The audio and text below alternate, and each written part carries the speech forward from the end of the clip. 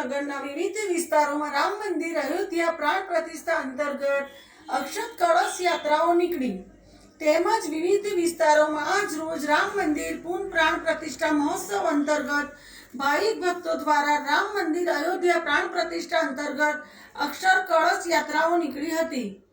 અક્ષત કળશ યાત્રાઓ વિવિધ માર્ગો અને ઘર ઘર ફરી રામ મંદિર પ્રાણ પ્રતિષ્ઠા અંગે જાણકારી આપી હતી। છોટાઉદેપુર નગરના ગંજી ફળિયા ગૃહકૃપા તેમજ બજાર વિસ્તારના ભક્તો દ્વારા અક્ષત યાત્રા કાઢી વસ્તી સહજન ભાગીદારી રૂપે માર્ગો પર કળશ યાત્રા દ્વારા રામ મંદિર પ્રાણ પ્રતિષ્ઠા માટે ભક્તિમય વાતાવરણ સર્જાયું હતું। કળશ યાત્રા સાથે ભક્તો દ્વારા શ્રી રામધૂન સાથે માથા પર દીપ જ્યોતિ કળશ થકી વાતાવરણ ભક્તિભાવ ભર્યું બન્યું હતું। નેટવરભાઈ પરમાર, છોટાઉદેપુર, પ્રકોપ।